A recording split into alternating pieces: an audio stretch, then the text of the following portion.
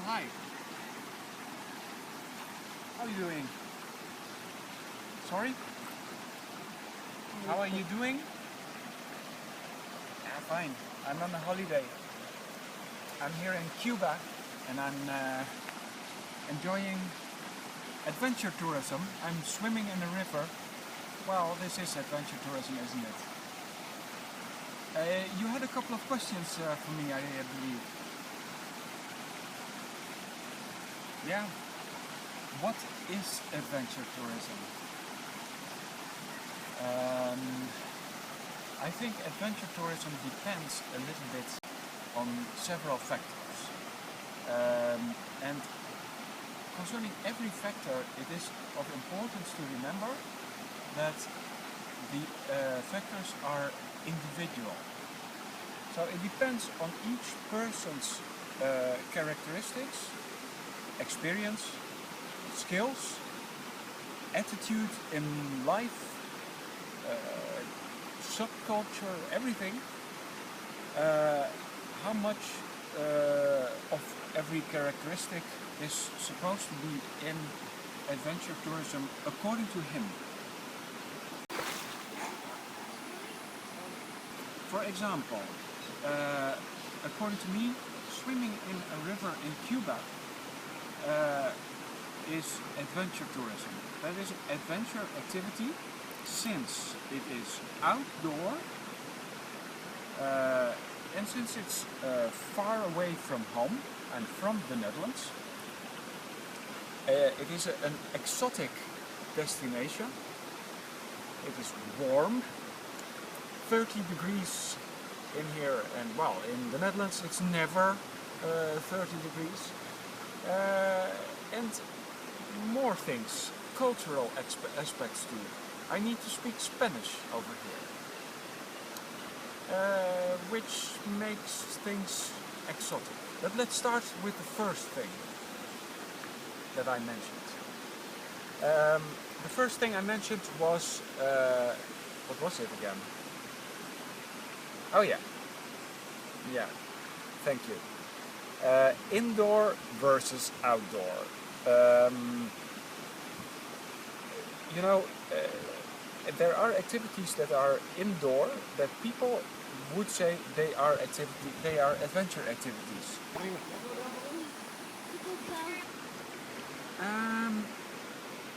For example, a climbing hall is indoor, but a climbing hall is a copied version of a mountain. The difficult things are deleted, taken away, and they are being replaced by things that make things easier.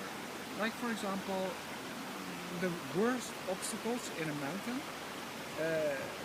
they are taken away because it's too difficult. The temperature is made easier, and all that is left is that the activity itself has some characteristics of adventure tourism, outdoor adventure.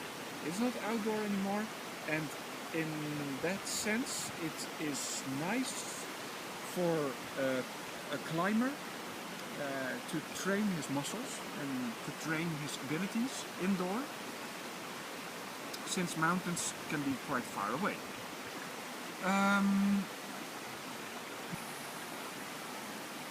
Yeah, another aspect would be the motivation that should be intrinsic. That is what I believe. An adventure should be intrinsically motivated. That means that there shouldn't be a reward. Well, the reason for an activity should be from yourself, because you want to do this activity, and not because you're being rewarded with something.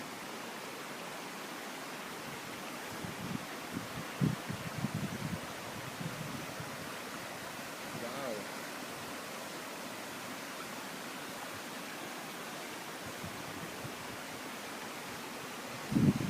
Yeah, nice view. Yeah, I agree. Back to the motivation. Intrinsic motivation is, I would say, better because you do something because you want to do it from your own heart, from your own wishes. You want to do something. Hopefully, activities are intrinsically motivated. One way of an intrinsic motivation is to reach a state of flow, right? State of flow being like a balance between skills and challenges and reaching this state of flow, or trying to reach, I should say, that is an objective for a lot of people. And that is a nice objective, it's a good thing, trying to reach this state of flow because you've been there before and because you want to reach it again. That can be done in any outdoor activity, any activity you can say, but any adventure activity. And swimming around in this river can give me a sense of losing the understanding of time, consciousness of time, and feeling in complete balance with myself and with my skills and the challenges. Another characteristic, it could be, what I think is interesting is always contrasting emotions as a factor in adventure tourism, and there are a lot of contrasting emotions. I believe that a lot of people in the room that you're in right now are doing activities which they have experienced themselves, contrasting emotions, and or they organize activities for other people. I organized a lot of activities, for example, in Norway. And those activities, the participants in those activities, they often had contrasting emotions when they were afraid of something. They were afraid of being cold at night, or being the one with being the worst in shape of the whole group, or other things that people were afraid of. And on the other hand, they looked forward to it. And that last part is not so strange, because they paid for it, right? They paid for an activity, and they were looking forward to that activity. And still, those two extremes, they were present at the same time often.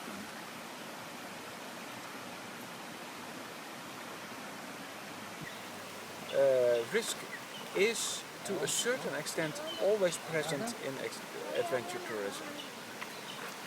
And the extent of risk depends on how much risk is really intended to search for. Well, certain people try to avoid risks, and other people try to search for risks. And searching for risks is also depending on your the level of challenge, of course, but also the level of skills that you have. So if you have a lot of skills, then you are able to deal with high challenges too.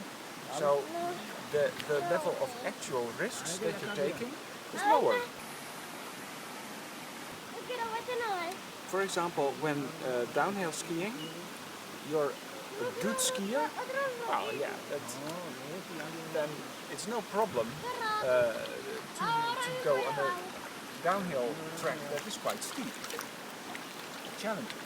It's not extremely risky compared to when you see snow for the first time and you have never been skiing before. There are other kinds of risks that are like more like images of risks, like the image of a lion during a safari in, for example, Africa. The image can be quite risky but you're in a car and the car cannot be opened from outside. It even has bars, for example. The lion can never enter, and it's completely, well, harmless outside.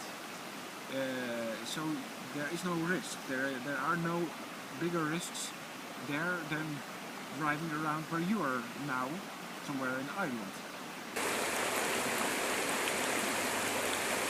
I think it's time to stop right now because it's really starting to rain. Is it raining in Ireland too? Okay. Well, I think I have to search for some cover. So, goodbye over there. Bye.